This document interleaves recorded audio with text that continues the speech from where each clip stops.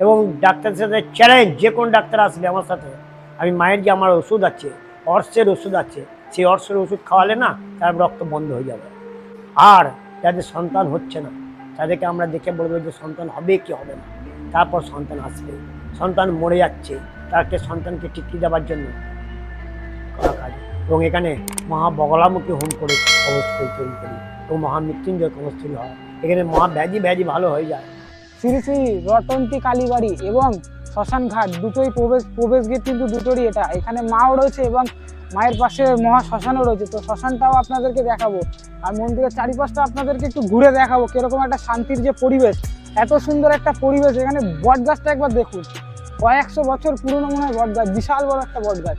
মন্দিরে ঢুকেই কিন্তু ডান হাতে তো আপনারা দেখতে পাবেন, লক্ষ্য করবেন বট গাছটা একবার দেখুন, বিশাল বড় জায়গা নিয়ে হয়েছে বট গাছটা। এখানে কিছু কিছু মায়ের ওষুধপত্র দেওয়া হয়। আচ্ছা, মানে এখানে অনেক রোগের সমস্যার সমাধান হয়। এখানে অনেক লোকের সমস্যার সমাধান হয়। যেরকম ডাক্তাররা বলবে যে অপারেশন করো, আচ্ছা, আমি কিন্তু অপারেশন করি না। এই মা হচ্ছে গুসকরার অধিষ্ঠাত্রী দেবী মা রটন্তী।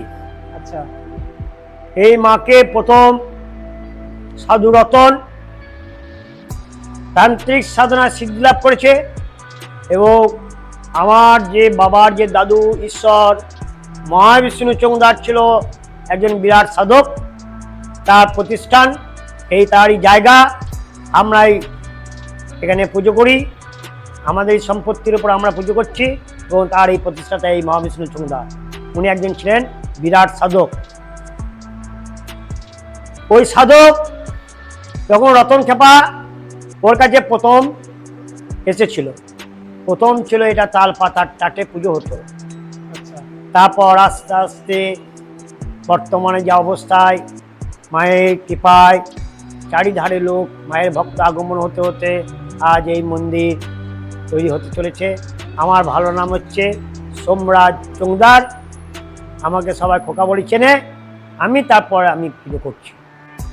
কখন ভক্তরা কখন এলে পাবে? প্রত্যেক দিন মায়ের নিত্য সেবা হয় এবং প্রত্যেক দিন এখানে লোকজন আসে, যাতায়াত করে। অমাবস্যার দিন মায়ের ভোগ হয় এবং এখানে কিছু কিছু মায়ের ওষুধপত্র দেওয়া হয়। আচ্ছা, মানে এখানে অনেক রোগের সমস্যার সমাধান হয়। এখানে অনেক লোকের সমস্যার সমাধান হয়। যেরকম ডাক্তাররা বলবে যে অপারেশন করো, আচ্ছা, আমি কিন্তু অপারেশন করি না।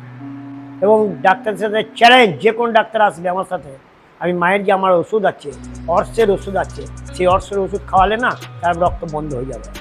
মৃগী রোগের ওষুধ আছে আমাদের কাছে, মৃগী রোগ, যে রোগ ভালো হয় না, ডাক্তারে ভালো করে দিতে পারে না, মায়ের কৃপা সে রোগ ভালো হয়ে যাবে। আর যাদের সন্তান হচ্ছে না তাদেরকে আমরা দেখে বলবো যে সন্তান হবে কি হবে না, তারপর সন্তান আসবে। সন্তান মরে যাচ্ছে, তাকে সন্তানকে টিকিয়ে দেওয়ার জন্য করা কাজ। এবং এখানে মহা বগলামুখী হোম করে কবচ তৈরি করি এবং মহামৃত্যুঞ্জয় কবচ তৈরি হয়। এখানে মহা ব্যাধি ভালো হয়ে যায়। আজকে আমি চলে এসেছি গুসকরা মা রটন্তী কালীবাড়ি। তো এই কালীবাড়িতে আপনাকে দেখে বলে দেবে আপনার সন্তান হবে কি হবে না। এবং এখানে বিভিন্ন রোগের সমস্যার সমাধান করা হয়, তাবিজ কবচ এমনি গাছরা সব রকমের ওষুধ দেওয়া হয়। তো এই মন্দিরে যাদের সন্তান হচ্ছে না তারা একবার আসতে পারেন। না, ইনি যে পুরোহিত আছে মন্দিরে, তিনি কিন্তু আপনাকে দেখে বলে দিতে পারবে যে আপনার সন্তান হবে কি হবে না।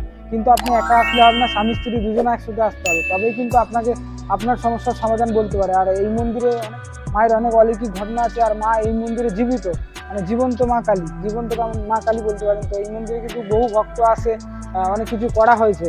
তো এগুলো কিন্তু সব ভক্তরাই করে দিয়েছে, যাদের মনস্কামনা পূর্ণ হয়ে গেছে তারপরে এইসব করে দিয়েছে।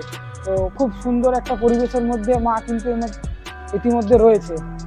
তো মায়ের ঘর ছিল আগে তালপাতা ভেঙে যাওয়ার পরেই কিন্তু আবার নতুন করে মায়ের মন্দির গড়ে তোলা হয়েছে। তো মায়ের মূর্তিটা একটু অন্যরকম। এখানে কিন্তু বাৎসরিক পুজো খুব ধুমধাম করে একটা পুজো হয়, এখানে পুজো হয়। তো আপনারা আসতে পারেন। আর এমনি যদি আপনারা আসতে চান, এই মায়ের কাছে পুজো দিতে চান, তো বিভিন্ন রোগের সমস্যার সমাধান কিন্তু এই মা করে। মায়ের কাছ থেকে ওষুধ দেওয়া হয়, তার বিনিময়ে কিন্তু কিছু হয়তো অল্প কিছু মূল্য নেওয়া হয়। কিন্তু বলি কাঠ দেওয়া আছে, এই বলি কাঠে কিন্তু মায়ের যখন বাৎসরিক পুজো হয় তখন কিন্তু প্রায় 200-300-র উপরে পাঠা বলি পড়ে। তো দেখতে পাচ্ছেন এখানে কিন্তু প্রচুর পাঠা বলি পড়ে। ঠিক মায়ের সামনেই রয়েছে বলি কাঠটা, আর মা রয়েছে ওই সোজা, ওইখানে রয়েছে মা, আর এখানে কিন্তু পাঠা বলি দেওয়া হয়।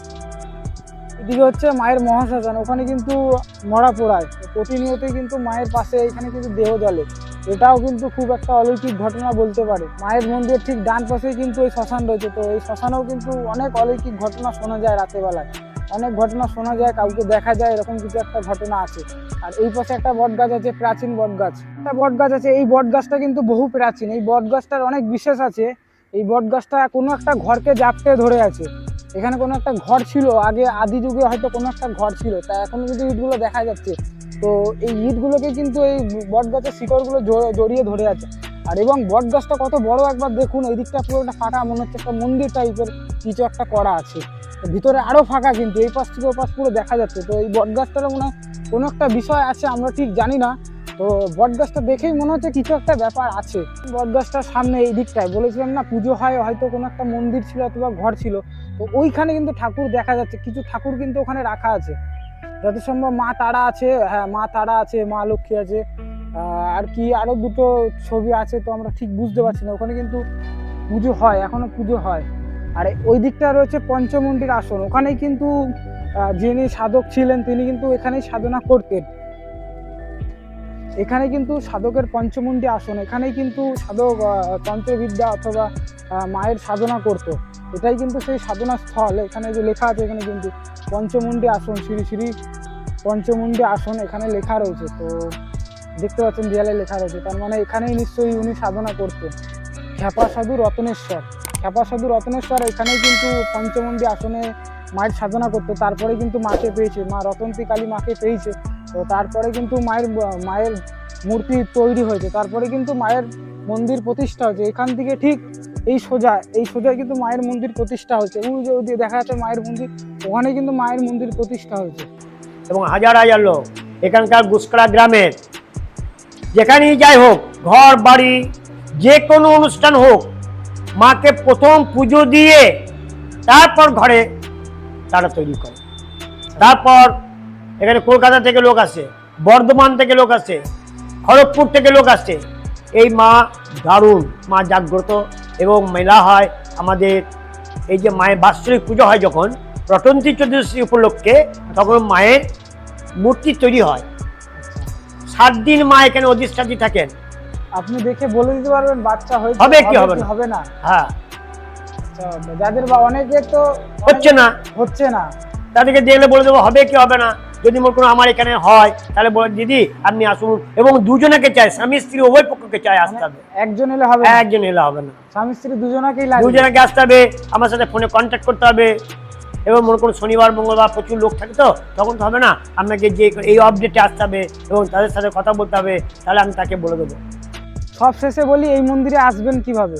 এই মন্দিরটি রয়েছে ঘুষকড়ায়, ঘুষকড়ায় কিন্তু এই জাগ্রত মন্দিরটি রয়েছে। আপনারা যদি কেউ আসতে চান তাহলে ঘুষকড়া স্টেশনে নামবেন। ঘুষকড়া স্টেশন থেকে খুব সহজে কিন্তু টোটো পেয়ে যাবেন বা অটো পেয়ে যাবেন এই মায়ের মন্দিরে। এই মায়ের মন্দিরে নাম বলে যে কেউ কিন্তু অটোওয়ালা বা টোটোওয়ালা নিয়ে চলে আসবে।